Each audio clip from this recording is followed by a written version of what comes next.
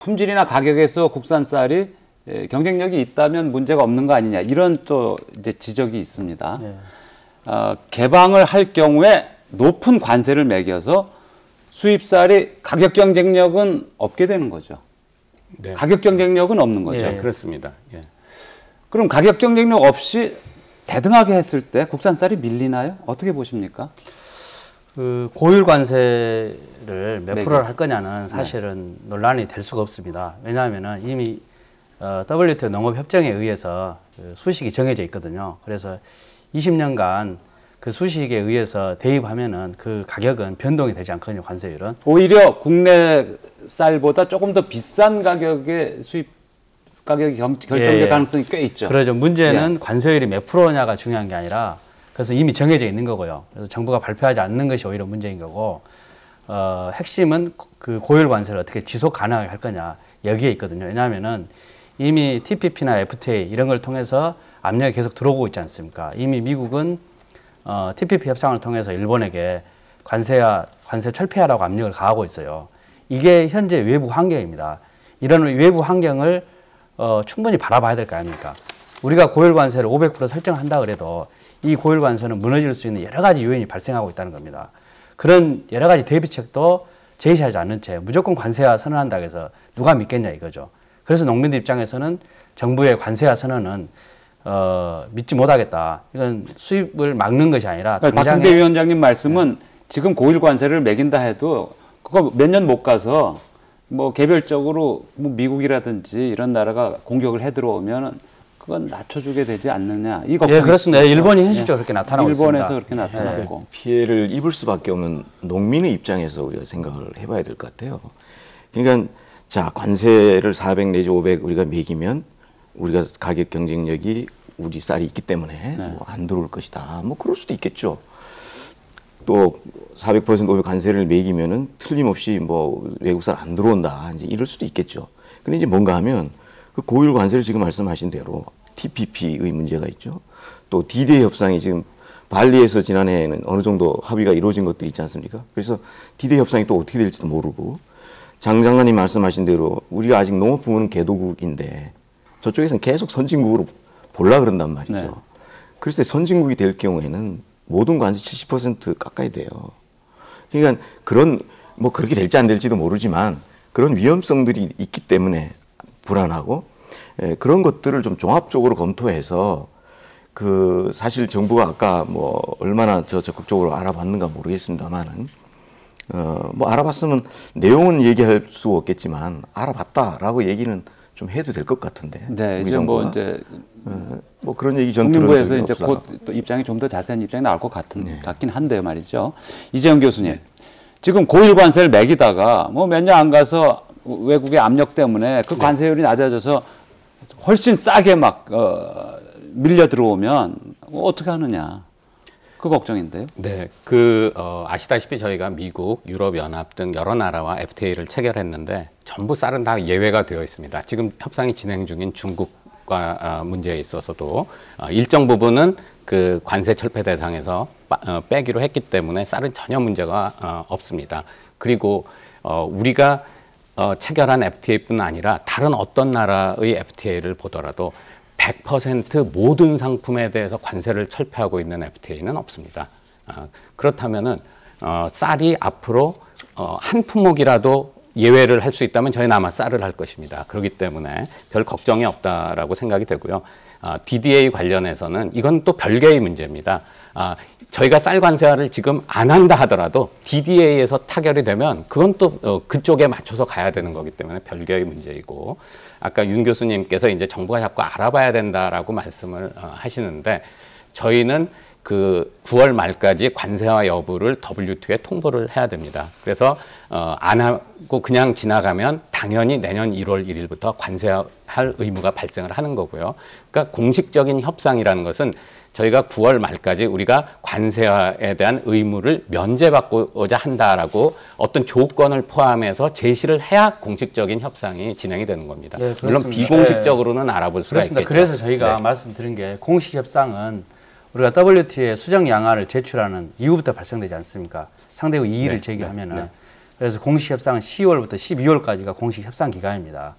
그 전에 의사 타진도 할 수 있고 내부 협상도 할 수 있겠죠. 네. 그럼 이 기간에 왜 우리가 쌀 관세를 선언하냐 이거예요. 여러 가지 방안이 있는데 우리가 9월 30일 날 선언해도 늦지 않습니다. 그런데 왜 지금에 와서 빨리 이걸 선언을 하냐 이게 문제는 거죠. 협상도 하지 않고 의사 타진도 제대로 하지 않고 그리고 농민들하고 협의도 하지 않고 앞서 말씀드렸던 TPP나 FTA를 통한 관세의 벽이 무너질 수 있는 이런 대비책도 마련하지 않는 상태에서 무작정 관세를 선언하는 것에 대해서 농민들이 굉장히 우려를 하고 있는 것입니다. 정부는요 어떤 노력을 하다가 저희들이 뭐 관세 당장 개방하는 걸 반대한다고 해서 정부 입장을 이해 못하는 거 아니거든요. 다 대한민국 정부인데 뭔가 하면 카드가 지금 여러 개가 있을 수 있어요. 그 가능성이 낮더라도. 그럼 관세와 개방은 마지막 카드예요. 언제든지 우린 선언하면 갈 수 있는 거예요. 그 카드를 미리 내놓느냐는 겁니다. 그게 답답하다는 거예요. 그런데 제가 이제 양쪽의 말씀을 좀 종합을 해본 결과 정부 입장에서는 지금대로 가는 게 오히려 국가 경제나 농민들한테 마이너스다. 아닙니다. 그거는 네, 정부 당국자로부터 저희가 들은 건데요. 네. 정부 당국자도 현 상태를 유지하는 것이 그래도 낫다. 그러나 이거는 판단할 때 불가능하다. 이렇게 판단하시는 거고요. 현 상태가 좋다는 거는 다 이해하고 공감하죠. 리스크도 작고요. 그러나 그런 카드가 몇 개가 있다면 아니 협상이라는 게 제일 어려운 거 내놓고 그다음에 뭐 이렇게 가야 되는 거 아닙니까? 왜 마지막 카드를 맨 앞에 내놓습니까? 그 카드가 어떤 종류의 카드가 있는지 한번 여쭤봐도 될지 모르겠습니다. 그래서 저희가 그 직접 협상을 했던 우리보다 먼저 쌀 협상을 했던 필리핀의 경우 네. 그 협상 대표를 모셔가지고 국제 토론을 한 적이 있어요. 그동안에 정부나 일부 학자들은 확인하지도 않고 그 내용을 제대로 알아보지도 않고 필리핀은 엄청난 대가를 치르면서 관세를 유예를 했다. 그래서 우리는 관세 외에는 길이 없다라고 이야기를 했거든요. 그래서 정말 그런지 그분을 모셔왔어요. 그런데 우리가 필리핀 협상 대표에게 물어봤어요. 당신 나라는 굉장한 대가를 치르면서 관세 유예를 했다는데 맞습니까? 물었더니 아니다. 우리는 뭘 잃었느냐. 이런 게 없다. 우리가 원하는 대로 우리가 수용 가능한 목표를 설정을 해서 수용하고 협상을 이끌어왔다. 이런 이야기를 하는 거예요. 필리핀도 이렇게 자기가 수용 가능한 목표를 설정해서 WTO하고 적극적으로 협상했던 사례가 있는 거거든요. 그런데 우리나라는 협상도 하지 않고 쌀 관세를 선언한다. 이것은 앞선 사례하고 비교하더라도 너무 좀 뒤떨어지지 않습니까? 그 부분에 대해서 제가 한 가지 말씀을 드리면 필리핀은 아까 말씀드린 대로 이번에 웨이버를 받으면서 2.3배 증량을 했습니다. 그런데 필리핀은 지금 식량이 부족하기 때문에 2.3배를 증량해가지고 그걸 다 수입해도 문제가 없습니다. 근데 저희는 이미 의무 수입 물량이 저희 국내 소비량의 9% 또 줄으면 그게 10%가 되고 있는데 거기서 더 수입을 하는 것이 저희랑은 다르죠. 필리핀과 저희는 사정이 다르다는 공급 과잉이 돼. 네네. 저희한테는 그걸 상대국이 2.3배를 요구한 게 아니라요. 네. 필리핀이 이것을 그렇죠. 수용 가능한 카드로 제시를 한 겁니다. 2.3배라는 것은 요구에서 만들어진 것이 아니라 필리핀이 서로 카드를 만들어 한 거예요. 그럼 제시하고 협의한 결과죠. 우리도 마찬가지로 관세 유예를 하나의 방향으로 설정했다면 우리가 내놓을 수 있는 카드도 MMA를 마련할 수 있는 거죠. 네. MMA만 꼭 고정할 수 있는 거예요. 그러면 MMA를 안 하면 다른 데서 양보를 해야 되는데 양자 협상을 통해서 많이 이제 필리핀도 양보를 했을 것이라고 알려지고 있지 않습니까? 그게 비공개이기 때문에 정확히 알 수는 없지만은 근데 지금의 필리핀의 경제와 우리나라의 경제를 비교하면 다른 나라 입장에서 개방 수준을 낮춰봐야 필리핀에 어떤 물건을 얼마나 팔 수 있을지. 지금 그게 교수님, 우리나라와는 사정이 많이 다른 거죠. 뭐 다르죠. 네. 필리핀은 쌀 수입 국가고 2몇 배 증량을 해줘도 어차피 수입해야 할 쌀이니까 우리하고 상황이 다릅니다. 논점이 지금 저희들이 그게 아니고요. 협상을 위해서 정부가 어떤 노력을 했는가예요. 박 위원장님 말씀하시는 국제 세미나 할 때 제가 그때 사회를 봤었는데요. 그 협상 대표에 농민 대표를 넣었습니다. 필리핀은요. 정부 협상팀에. 그분이 라울 몬테마이어라는 분이에요. 그분을 모셨어요, 저희들이. 그분을 모셔서 얘기를 들어봤는데 협상이 처음에 이게 우리가 요구하는 것이 과연 될 거냐? 의구심을 엄청 가졌어요. 자기네들도 이렇게 될지 몰랐던 겁니다. 그러나 2007년, 2008년도에 필리핀이 쌀이 부족해가지고 얼마나 어려움을 겪었습니까? 사람이 폭동이 일어나고 사람이 막 죽고 그랬거든요. 그 경험을 했기 때문에 정부가 앞장서서 이걸 웨이버를 해야 되겠다. 나섰고 농민 대표도 집어넣고요. 그러면서 처음에는 매우 불안하지만 한번 해보자. 그래서 한 거예요. 그런 자세를 저희는 얘기하는 겁니다. 네. 그런 노력을. 자, 그러면 근데 제가 한 말씀만 저기를 하면은 그 필리핀이 그런 조건을 제시할 때 자기네가 충분히 가능한 그런 거였다고 하지만은 우리가 그걸 생각해야 돼요. 왜냐하면 상대 국가들은 쌀을 수출하는 이해관계자입니다. 국가라고 하더라도 그 뒤에는 쌀을 수출하는 사람들하고 연계가 돼 있는 거예요. 그래서 그 이해관계.